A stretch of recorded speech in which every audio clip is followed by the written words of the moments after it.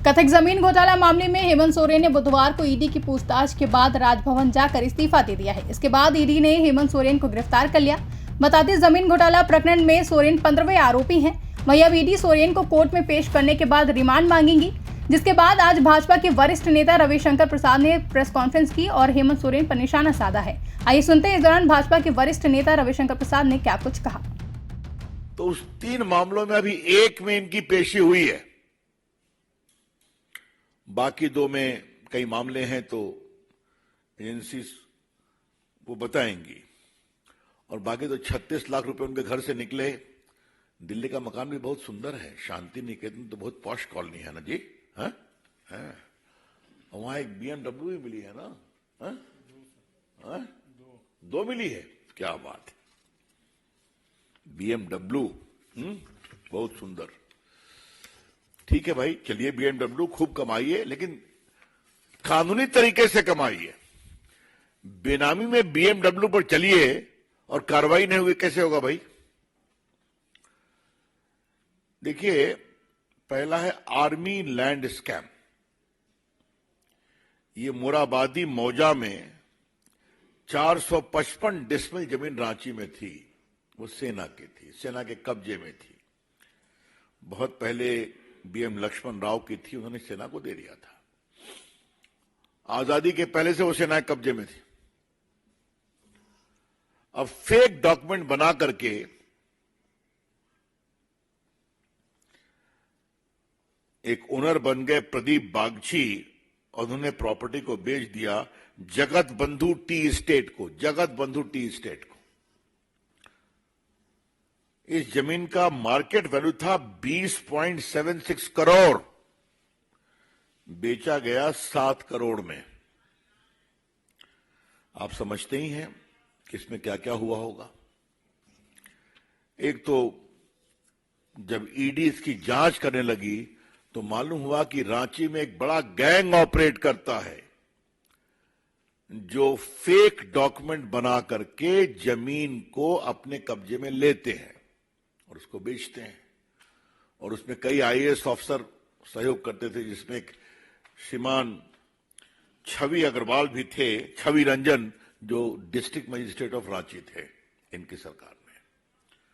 और दूसरे IAS officer Amit Agarwal थे, विष्णु अग्रवाल थे।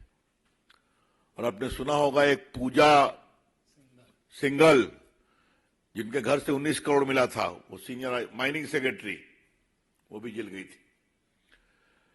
तो इन सबों को इनका प्रोटेक्शन रहता था। और ये कमाल के मुख्यमंत्री हमने देखा कि इन्होंने अपनी पत्नी के नाम से 11 एकड़ जमीन दी है उनके कंपनी के लिए। तो ये सब एंटी डेटेड जो रजिस्टर्ड डॉक्यूमेंट हुए, कई कलकत्ता में हुए, तो इसकी जांच चल रही है। तो आप आदिवासी समाज से आते हैं तो आपका काम यही है क्या कि अपने नीचे जमीन स्कैम को प्रोत्साहित करना रांची के अंदर, और सेना की जमीन जिसे कोई छूता नहीं है? ये बड़े सवाल है। दूसरा, मैं फिर कहूंगा, अभी तो इसी में इनका रिमांड हुआ है, लेकिन जो माइनिंग स्कैम है, आज जब मैं आपसे बात कर रहा हूं तो ये बताना जरूरी है कि साहबगंज इलाके में ईडी ने ज्वाइंट इंस्पेक्शन किया था। 4,952 केस ऑफ इलीगल माइनिंग पिछले 3 साल में आया है। यानी श्रीमान हेमंत सोरेन के मुख्यमंत्री काल में आया है। और आप जान लीजिए 23.26 crore cubic feet of illegal mining हुआ है। 23.26 करोड़ कितने राशि का? 1,250 करोड़ का। मतलब ना कोई परमिशन है, ना कोई पट्टा है, किए जाओ। और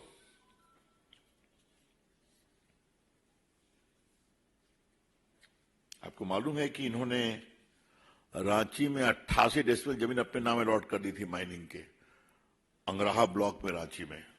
ये श्रीमान हेमंत सोरेन ने खुद अलॉट किया था। और कमाल करते हैं, एक माइनिंग लीज उन्होंने अपने नाम ही ग्रांट कर दी। आप मुख्यमंत्री हैं, आप माइनिंग मंत्री हैं, और आपने एक माइनिंग लीज अपने नाम ग्रांट कर दी। इस पूरे मामले का किंग पिन कौन था? जो भी जेल में है, पंकज मिश्रा। और पंकज मिश्रा कौन थे? इनके कॉन्स्टिट्यूएंसी रिप्रेजेंटेटिव थे। तो इससे तो कुछ बताने की जरूरत है क्या? तो ये हुआ माइनिंग स्कैम। और रांची हाईकोर्ट ने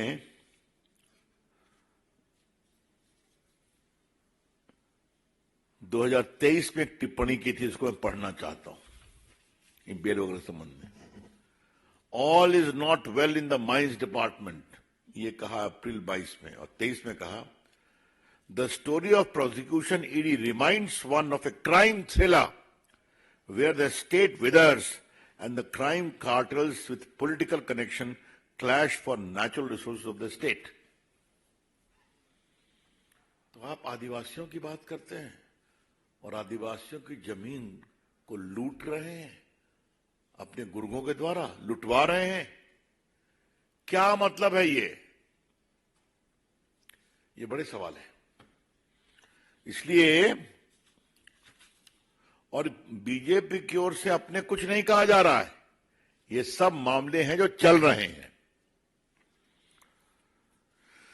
आपको मालूम है कि वहां लेफ्ट विंग एक्सट्रीमिज्म भी है, वो बैंड है। ऐसी भी बहुत सी चीजें आई हैं कि बैंड ऑर्गेनाइजेशन के लोगों को इसमें मदद करने के लिए आगे लाया गया ताकि कट मनी आ सके। फिलहाल के लिए इस खबर में बस इतना ही। देश और दुनिया की ऐसी ही तमाम बड़ी खबरों के लिए हमारे YouTube चैनल को सब्सक्राइब करें और बने रहें इंडिया पब्लिक खबर के साथ।